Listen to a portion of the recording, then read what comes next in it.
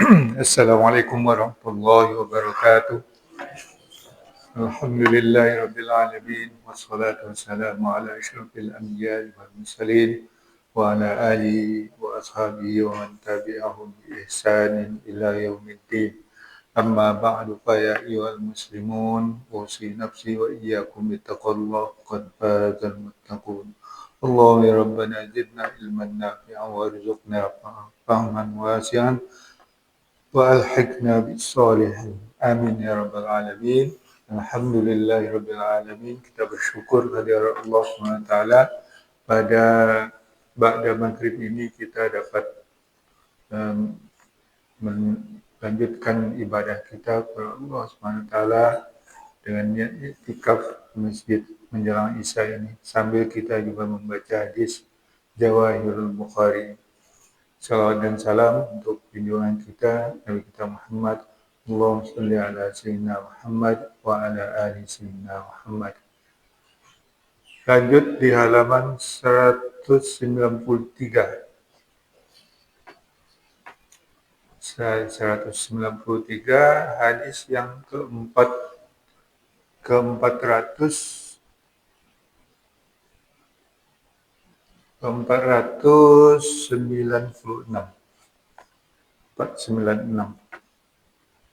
halaman 193 bab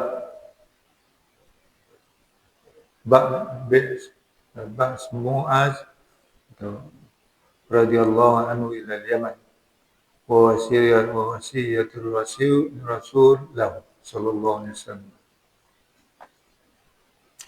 Bismillahirrahmanirrahim. Hadis ini masih dalam bab kitab Al-Maghazi yang berkaitan dengan peperangan di zaman Rasulullah SAW. Yaitu disebutkan dalam hadis Sahih Bukhari di nomor hadis 4347. Diriwayatkan oleh Imam Bukhari dari Ibnu Abbas. Bismillahirrahmanirrahim. An Ibni Abbasin radhiyallahu anhuma qala Rasulullah sallallahu alaihi wasallam li Mu'az ibni Jabalin hina ba'athahu ila Yaman. Dari Ibnu Abbas radhiyallahu anhuma beliau berkata Rasulullah sallallahu alaihi wasallam kepada Mu'az bin Jabal ketika Rasulullah memutusnya ke Yaman.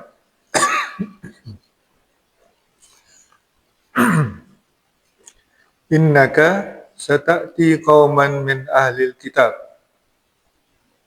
Sesungguhnya engkau akan mendatangi suatu kaum dari ahli kitab. Yaitu umat Yahudi dan Nasrani. Fa iza ji'tahum fad'uhum ila an yashhadu an la ilaha illallah wa anna Muhammadar Rasulullah. Maka apabila engkau mendatangi mereka, fad'uhum, maka ajaklah mereka, serulah mereka untuk bersaksi, agar mereka bersaksi bahwa tiada Tuhan yang hak disembah kecuali Allah. Wa anna Muhammadar Rasulullah, dan sesungguhnya Muhammad adalah Rasulullah. Fa inhum ata'u laka bizalika fa akhbirhum anna Allah qad farada alaihim 5 salawat.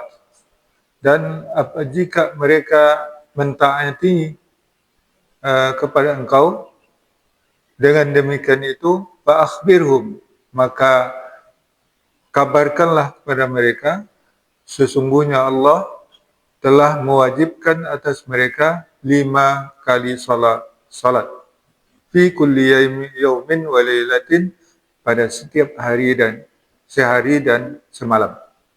5 waktu salat sehari semalam. Fa inhum ata'u laka bizalika fa akhbirhum anna Allah qad farada alaihim sadaqatan ta'khudhu min aghniyaihim faturad faturaddu ala fuqara'ihim fa inhum ata'u laka bidzalika fa iyyaka wa qara'ima amwalihim wattaqi da'watal mazlum fa innahu laysa bainahu wa bainallahi hijab. Maka apabila mereka mentaati engkau, maka ceritakan pula kepada mereka sesungguhnya Allah telah mewajibkan atas mereka sedekah, yaitu zakat, yang diambil dari orang kaya mereka dan diberikan kepada orang-orang miskin mereka. Baik, maka jika mereka mentaati engkau, dengan demikian itu, maka hendaklah pelihara kehormatan atau kemuliaan harta mereka. Dan peliharalah diri atau takutlah doa orang yang teraniaya. Fa innahu laisa bainahu wa bainallahi hijab. Maka sesungguhnya tidak ada di antara doa orang teraniaya itu dan di antara Allah tidak ada penghalang. Itu hadis yang ke-496. Lanjut kepada hadis 497.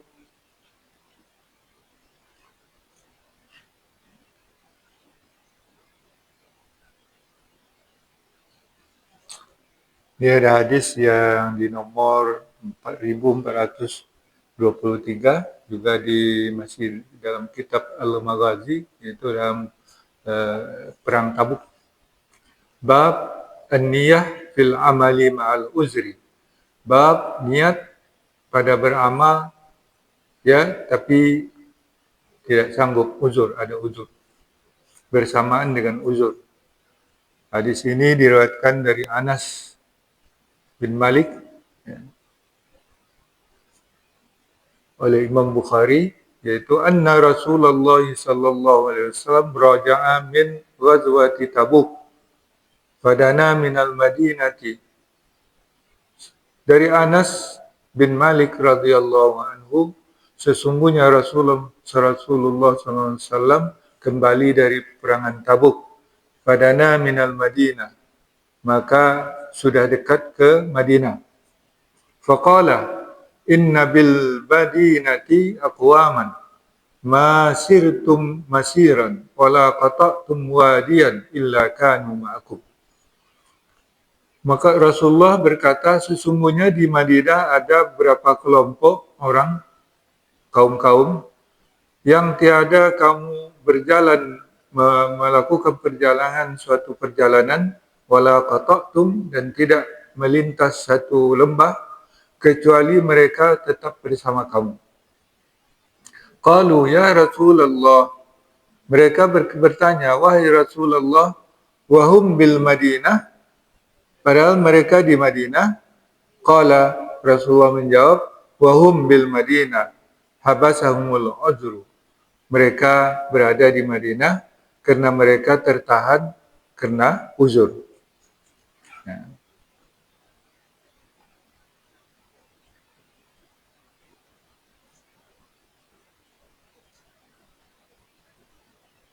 Lanjut lagi bab wilayatul mar'ah. Hadis yang ke-498 dari Abi Bakarah. Laqad nafa'ani Allah bi kalimatin sami'tuha min Rasulillah sallallahu alaihi wasallam ayyamal jamal. Ba'dama kittu an alhaqu bi ashabil jamal. Bi an alhaqa bi ashabil jamal. Fauqatila ma'ahu. Qala lamma balagha Rasulullah sallallahu alaihi wasallam anna ahla Faris qad mallaku alaihim binta Kisra. Qala sallallahu alaihi wasallam lan yufliha qaumun wallau amrahum imra'atan. Dari Abi Bakarah, sungguh telah memberi manfaat kepadaku oleh Allah dengan satu kalimat yang aku dengar dari Rasulullah sallallahu alaihi wasallam, yaitu ketika manfaat itu ada pada ketika hari Perang Jamal. Setelah hampir aku terlibat atau bergabung dengan pasukan Al-Yaman, maka aku akan berperang bersama mereka. Tapi tatkala Rasulullah SAW sampai beritanya bahwa orang Persia mengangkat raja mereka atas mereka seorang putri Kisra. Maka Rasulullah mengatakan tidak akan sukses atau tidak akan berhasil suatu kaum yang dipimpin pemerintahan mereka oleh seorang perempuan. Ya. Kembali ke hadis yang pertama tadi, ini hadis yang cerita kisah ketika Muaz bin Jabal diutus oleh Rasulullah SAW ke Yaman. Ya. Itu dakwah atau tugas-tugas yang diberikan oleh Rasulullah kepada Muaz bin Jabal untuk mengajak penduduk Yaman untuk masuk Islam. Dan memang sudah ada utusan-utusan Yaman, ya, karena penduduk Yaman sendiri ya berharap ada yang menuntun mereka. Maka diutuslah Muaz bin Jabal ke Yaman untuk mengajak mereka bersyahadat. Kemudian kalau mereka sudah bersyahadat, untuk melaksanakan salat 5 kali sehari semalam. Kalau sudah salat, maka baru diberitakan lagi bahwa Allah mewajibkan zakat, yaitu yang harta yang diambil dari orang kaya untuk diserahkan kepada orang miskin. Dan ini kaidahnya, apabila mereka sudah mentaati dan sudah menjadi muslim, maka harta mereka, kemuliaan harta mereka harus dijaga. Dan ya, orang-orang yang terzalimi itu harus dibela. Rasulullah mengatakan, takutlah kamu kepada orang-orang yang terzalimi, karena doanya itu langsung kepada Allah SWT, tidak ada hijab antara doa orang terzalimi dan orang yang kepada Allah, doanya kepada Allah SWT. Ya, inilah salah satu riwayat. Ada berapa banyak riwayat yang diriwayatkan tentang Muaz bin Jabal yang ke Yaman.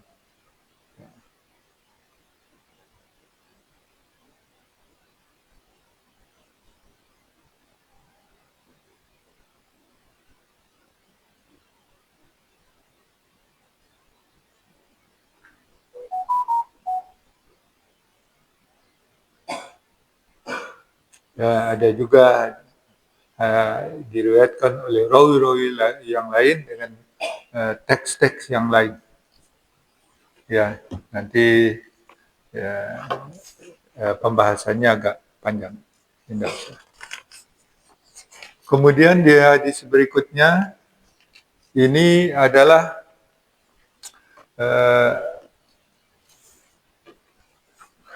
berita dari Rasulullah SAW tentang beberapa kelompok penduduk Madinah yang ingin sekali ikut bersama Rasulullah SAW. Ya. Tetapi apa daya, mereka uzur. Maka Rasulullah memuji mereka. Ada mereka secara rohani atau itu tetap bersama kaum muslimin, ya. Mendoakan kaum muslimin agar mendapat kemenangan. Oleh sebab itu dikatakan oleh Rasulullah SAW, "Masirtum masiran wala qata'tum wadiyan illa kanu ma'akum." Bahwa kamu tidak mengadakan suatu perjalanan atau melintas satu lembah kecuali mereka tetap bersama kamu. Artinya doa mereka tetap bersama yang berangkat berperang. Cuma karena uzur, jadi maka karena mereka berniat untuk pergi berjihad, tapi karena uzur mereka tidak mampu juga untuk berangkat, maka pahalanya mereka sudah dapat pahala berjihad itu. Nah, itulah kebesaran niat. Jadi niat saja itu sudah sama dengan mereka ikut berperang. Rasulullah mengatakan, illa kanu ma'akum, bahwa sesungguhnya mereka itu tetap bersama kamu. Ya, mereka mendapat pahala seperti yang berangkat juga untuk berperang. Jadi niat yang baik itu sudah dibalas oleh Allah SWT. Cuma karena uzur mereka tidak bisa berangkat. Kemudian hadis yang terakhir ini di zaman modern ini cukup kontroversi, terutama bagi kaum feminis. Ya. Kenapa? Cerita dari Abi Bakarah ini, ketika terjadi Perang Jamal.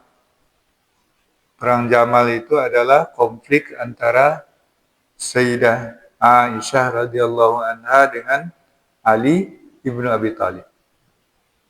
Ya, dengan provokasi dari anak-anaknya, ponakan-ponakannya, terutama dari Abdullah bin Zubair, untuk karena Abdullah bin Zubair juga berambisi juga menjadi khalifah, maka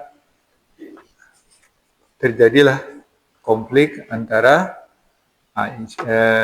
Ali bin Abi Thalib dengan Sayyidah Aisyah. Maka terjadilah clash yang disebut Perang Jamal. Karena Aisyah mengendara seekor unta, disebut dia Perang Jamal. Lalu ketika terjadi Perang Jamal itu, Abi Bakarah hampir saja bergabung dengan kelompok Abdullah bin Zubair dan Aisyah. Tapi dia ingat sabda Rasulullah SAW dulu, ya, ketika Rasulullah masih hidup. Karena Perang Jamal ini Rasulullah sudah nggak ada lagi, sudah wafat. Ya, di dalam masa pemerintahan Khalifah Ali bin Abi Thalib. Kata Abi Bakarah menceritakan sabda Rasulullah tatkala sampai berita kepada Rasulullah tentang orang Persia mengangkat seorang ratu, menjadikan raja seorang perempuan, yaitu putri daripada Kisra. Kisra itu adalah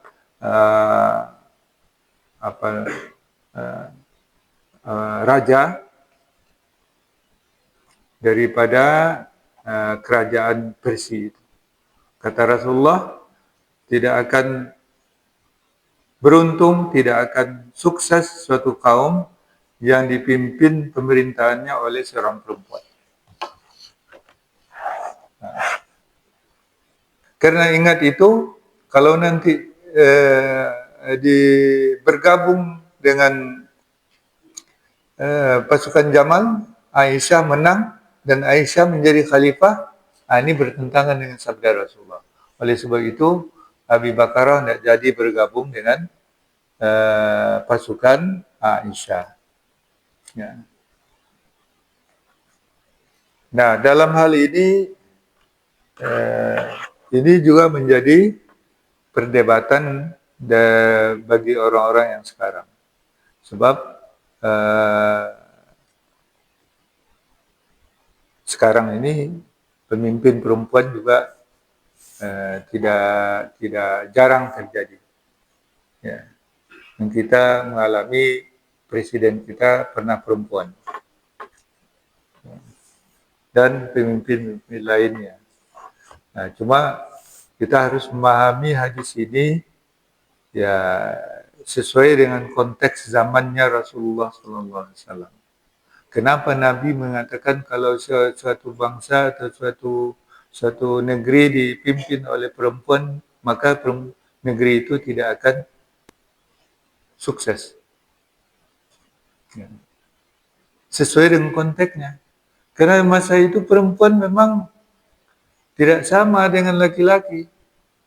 Haknya untuk mendapatkan pendidikan. Ya. Perempuan itu ya untuk di rumah saja, tidak sekolah. Bahkan di zaman jahiliyah, perempuan itu dijadikan barang, seperti barang, bisa diwariskan kepada orang. Jadi kalau Rasulullah mengatakan itu sesuai dengan konteksnya, iya. Kalau perempuan diangkat menjadi apa, sepadahal dia tidak punya pengetahuan, tidak sekolah, tidak apa, nah tentu dia tidak akan beruntung. Negerinya itu tidak akan sukses. Tapi kalau sekarang kan sama. Perempuan juga sudah sekolah. Ya tapi memang begitu dulu. Di Timur Tengah itu, perempuan yang masuk perguruan tinggi itu baru abad 20 ini. Sebelumnya kan tidak. Perempuan ini paling-paling ya diberikan pelajaran dasar seperti SD setingkat paling setingkat SMP kita. Nah itulah pendidikan yang dialami dulu selama apanya. Nah, di zaman modern sekarang perempuan antara laki-laki dan perempuan ini sudah sama.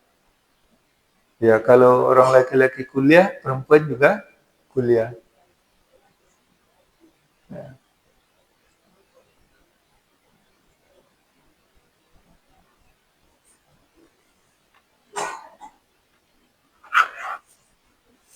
Nah, jadi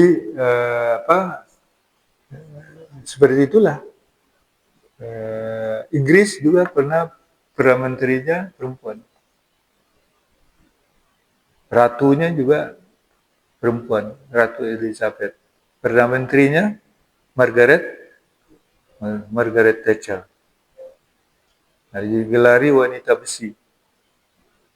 Kalau Amerika memang tidak pernah ada presidennya perempuan.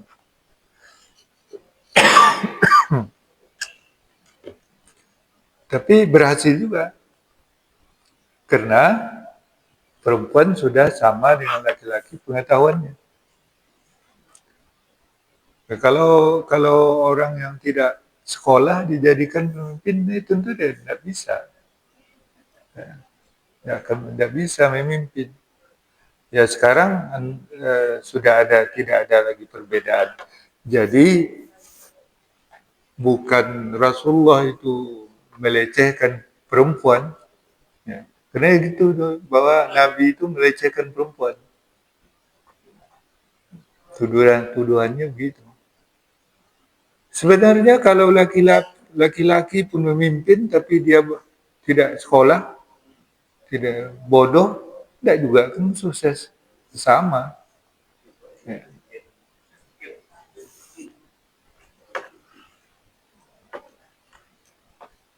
Tapi memang kondisi budaya, perlakuan masyarakat di zaman kuno itu, zaman dulu itu terhadap perempuan ya seperti itu. Ya. Jadi Rasulullah mendorong supaya perempuan itu juga berpengetahuan. Itu mewajibkan laki-laki dan perempuan untuk menuntut ilmu. Tidak ada bedanya. Nah, setelah para perempuan setara ilmunya dengan laki-laki, ya tentu bisa diangkat perempuan menjadi pemimpin. Ya itulah kira-kira karena pernyataan ini keluar sesuai dengan kondisi di zaman itu. Gitu aja kita memahami, jangan dikatakan bahwa Rasulullah itu apa namanya melecehkan atau merendahkan perempuan. Itu sama dengan kaum feminis. Kaum feminis itu kan tuduhannya. Wallahu a'lam bishawab. Silakan kalau ada yang ingin ya.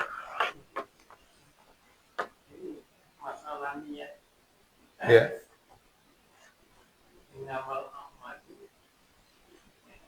Bin ya.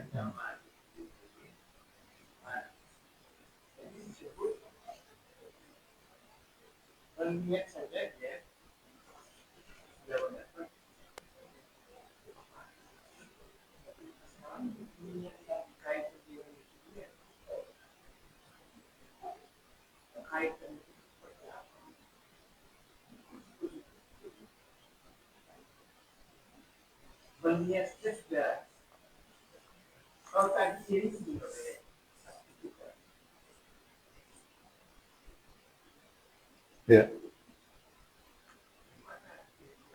Ini cerita ma'al uzri. Dia niat bertekad untuk melakukan suatu amal tapi dia tidak sanggup, uzur. Nah, dia sudah dapat pahalanya. Sama dengan orang yang sudah niat pergi berperang lalu dia uzur dapat pahala perang. Niat berhaji ya sudah tetapi pas ya, sudah dapat pahalanya.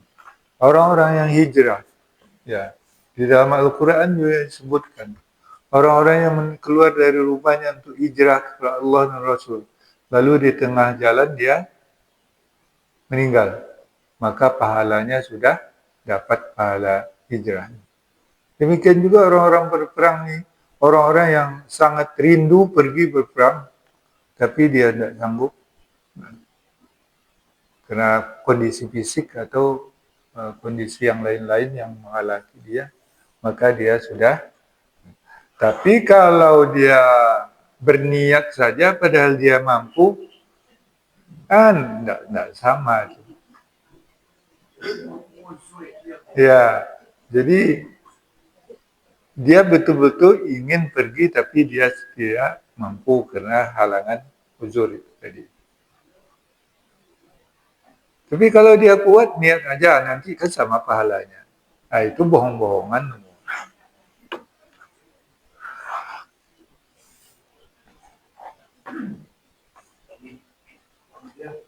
Ya. Ya.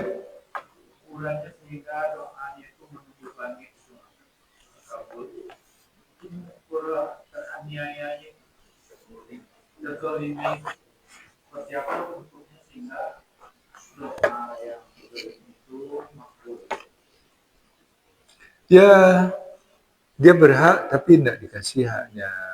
Itu terzalimi namanya. Jadi kemudian teraniaya. Ya, teraniaya secara fisik tanpa hak. Ya. Itulah tidak memberikan hak yang semestinya diterima, dia itu teraniaya namanya.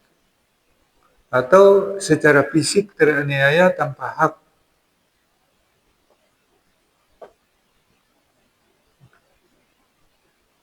Atau teraniaya karena perundungan.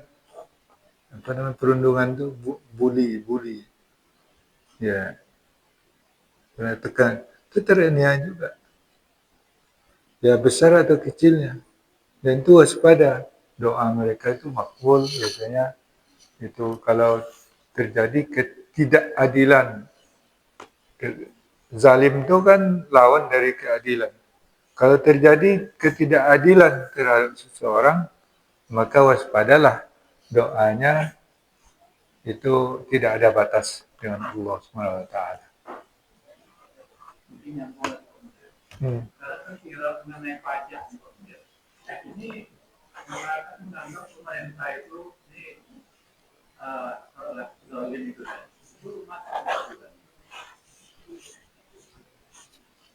itu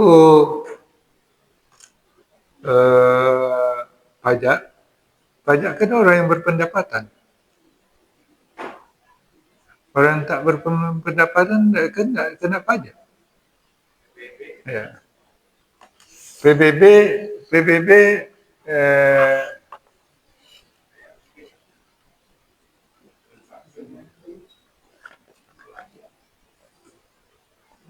ya, tapi masalah pajak ini juga menjadi kontroversi di di kitab-kitab fikih tidak boleh memungut pajak oleh pemerintah. Cuma karena dengan era modern sekarang ini ya bagaimana lagi, pajak itu menjadi salah satu pokok pendapatan negara.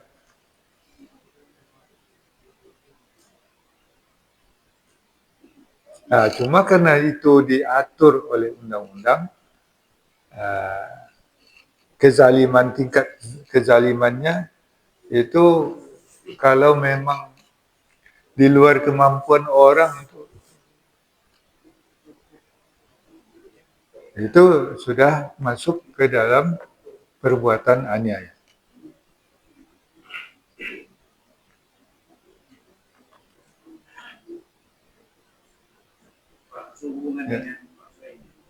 Ya. Dari awal nanti banyak serius tentang ketika memutus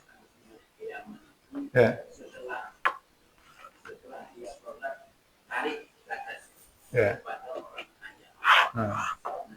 Berkaitan dengan Indonesia tadi Islam banyak, terus kekayaan itu menumpuk pada sekelongan orang saja.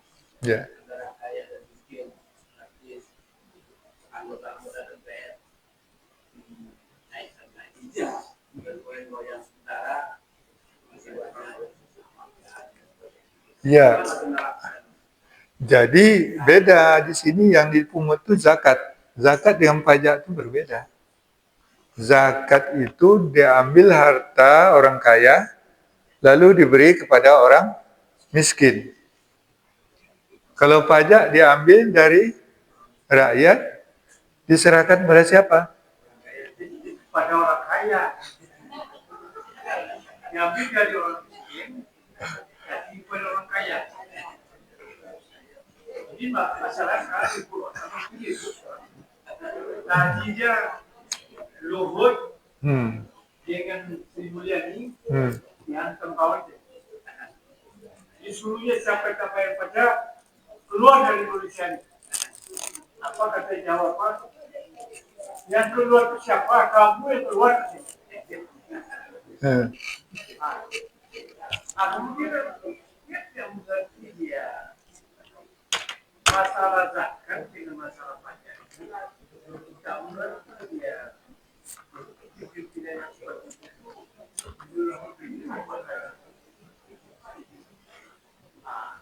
Kasihkan Luhut kita bersama masalah itu. Ini artinya tingkat kezaliman di dalam situasi sekarang itu harus ada ukuran yang melihat ke bawah. Kalau enggak, ya juga di mana itu Bupati Pati ya. Ya juga.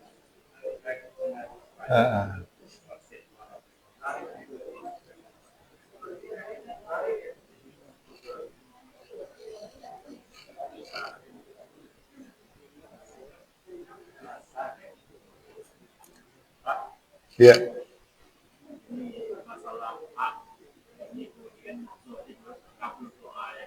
Ya. Di daerah kita sendiri kan ada juga yang berbeda pendapat tentang hak. Saya memperhatikan misalnya kalau pas hari raya Kurban. Jadi menurut Pak RT, warga ini berhak dapat, tapi menurut ketua masjid tak dapat misalnya. Misalnya ini apakah yang dapat jadi termasuk kena zolim juga itu kan bahaya juga Pak kalau dia berdoa lalu kabur kan bahaya. Itu gimana Pak? Dari lingkungan kita adalah.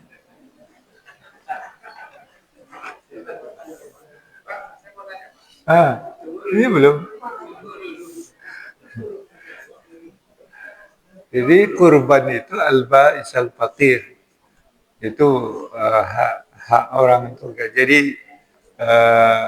tapi tidak dari hewan itu sebagian itu untuk memberi makan orang yang membutuhkannya. Nah, mengenai orang-orangnya itu kadang memang ada perbedaan pendapat. Ini kan bukan jemaah sini. Nah, ini jemaah sana tuh. Di sana dia dapat, Anda tidak diberi lagi dari sini. Kan itu saja perbedaan dia. Itu perbedaan pendapat seperti itu. Mudah-mudahan tidak termasuk.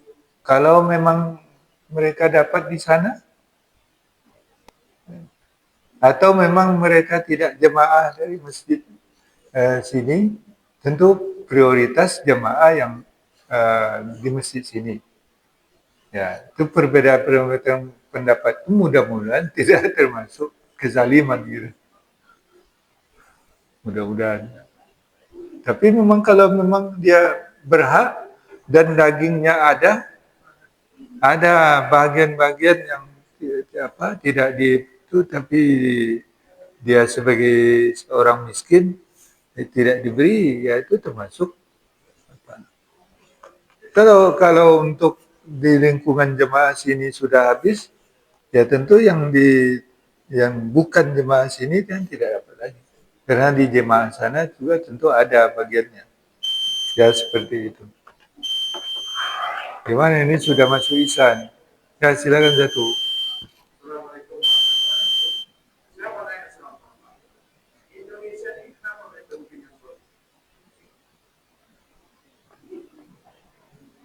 Kenapa?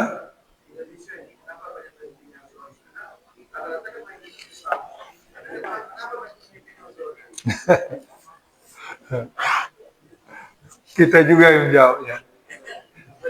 Sebab kita yang milih kan.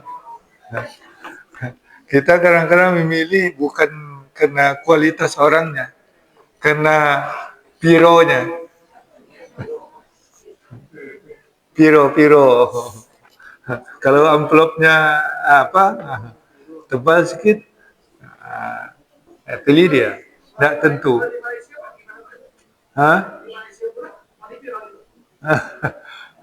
Di Malaysia nggak tahu lah kita ya.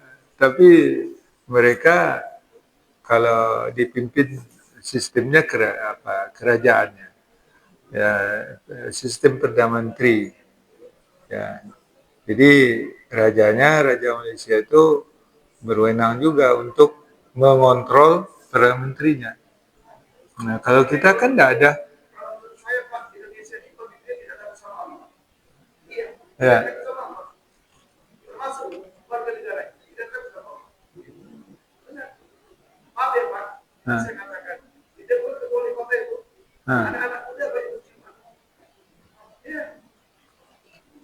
Ya itulah yang menjadi perhatian kita. Semoga kita selamat, tidak terjerumus kepada kemaksiatan dan bisa memberi dan mengontrol dan menasihat pemimpin-pemimpin kita supaya tidak berlaku kezaliman atau keaniayaan yang dilakukan.